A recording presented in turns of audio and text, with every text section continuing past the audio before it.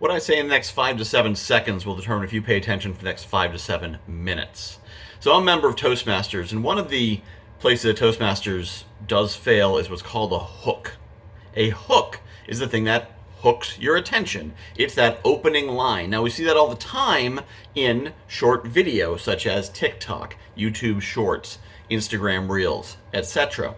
However, when we see people on live stages, they often do this. Tell me if this sounds familiar. Well, thank you, Susie. Thank you, John. All right. Well, thank everyone for being here, and thank you all. It's so good to be here. I'm having such a great time. And so let's get started. Well, we're 12, 15 seconds in, and it's thank you, thank you, thank you, thank you, thank you. And maybe back in the 70s or 80s, or time of longer attention spans and deeper decorum, that was necessary. And in certain environments, it is necessary. But in most places that most people will be speaking, when you do that, you are rapidly losing the attention of the audience as you're blah, blah, blah, blah, thank you, thank you, thank you, thank you, going through these formalities. It makes it feel formal. The audience starts to lose that attention because keep in mind, many audiences aren't used to that level of decorum anymore either. But there's something worse that happens when you have a slow start intro to a speech when you don't have a hook. That's your momentum. Your own energy as a speaker is diffused. Your energy as a speaker starts with this, thank you, what are these? These are platitudes. These are things you do because you're not comfortable getting on stage and you're not comfortable jumping right into it. This is why people sometimes start with the thank you, this, thank you, thank you, thank you, thank you, thank you, and then go into as someone else said, because you don't feel confident enough to grab the mic yourself, take control yourself. You need to stand on someone else's shoulders. As Susie said, I'm Michael Whitehouse. I don't need to quote someone on my own name. I'm Michael Whitehouse. It doesn't have to be as Susie said. It's just me. But I don't have to say it at all because Susie just said it. So why am I saying it again? So let's think about a different way you could approach that. You get up on stage, they introduce you, clap, clap, clap, clap, clap. You take the mic and you say, in the last 47 seconds, 9 people have been diagnosed with funky funkinitis. Thank you for having me. Thank you, Susie, for the stage. Great to see you all. And I'd like to talk to you about the importance of dealing with funky funkinitis and preventing it before it starts. You see, you're still saying thank you. You're still being polite. You're still showing that appropriate appreciation. But the hook comes first. In fact, at that point, the thank yous, the housekeeping, and the platitudes aren't losing the audience. They're gripping the audience. Right? If I come out with some kind of statistic and I say, 1 in 3 Americans will suffer from diabetes and 1 in 7 of them will die from it. Thank you, Susie. Thank you all. Great to be here. You're like, whoa, I don't care about the thank yous. 1 in 3? That's this guy, and me. That's 3.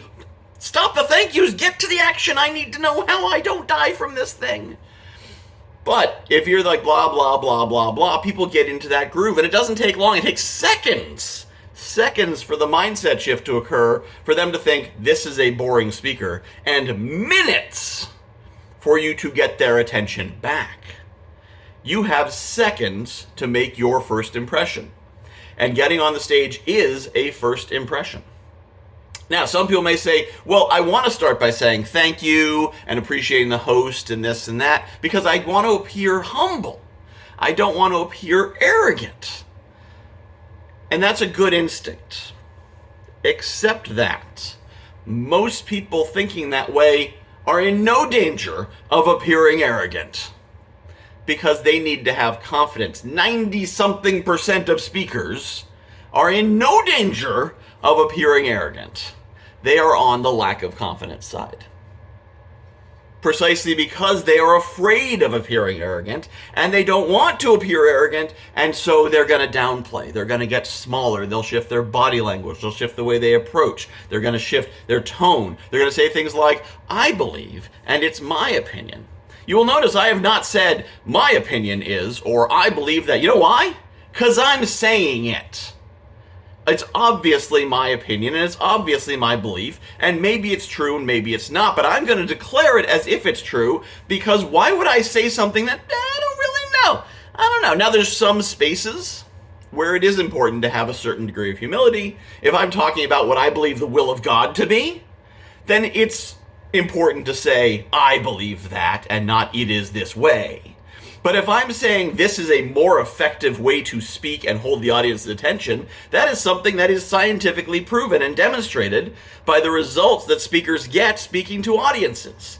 And to the best of my knowledge, this is true. And if you know something else, by all means, address me, talk to me afterwards, ask a question, whatever. But the audience doesn't want to hear me say, well, based on what I know, I think maybe it's something kind of like this. Jeez. I don't want maybe, I want definite. I want the answer.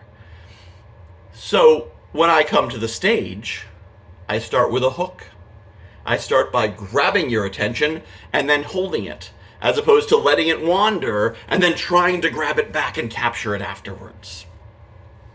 So any speech you're giving, whether it is a YouTube video or a Facebook reel or TikTok, or a Toastmasters talk, anything, have your hook. Now here's the trick, and it's very simple.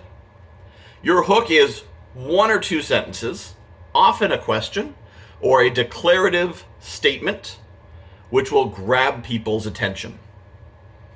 What I say in the first 5 to 7 seconds will determine if you pay attention for the next 5 to 7 minutes. You notice there's repetition there. That grabs your attention. Toastmasters is a 5 to 7 minute speech. Is 5 to 7 seconds length of a hook? Not really. It's more like 8 to 10 sometimes. But 5 to 7, 5 to 7. You see what I did there? And then you're going to tie it back at the end. Because then it feels like it's cohesive. And if you just do that and nothing else, if you have no planning and no structure to your speech, but you say a thing at the beginning and you say a thing at the end, it will feel cohesive. So in any speech you're giving, you've got to give that hook.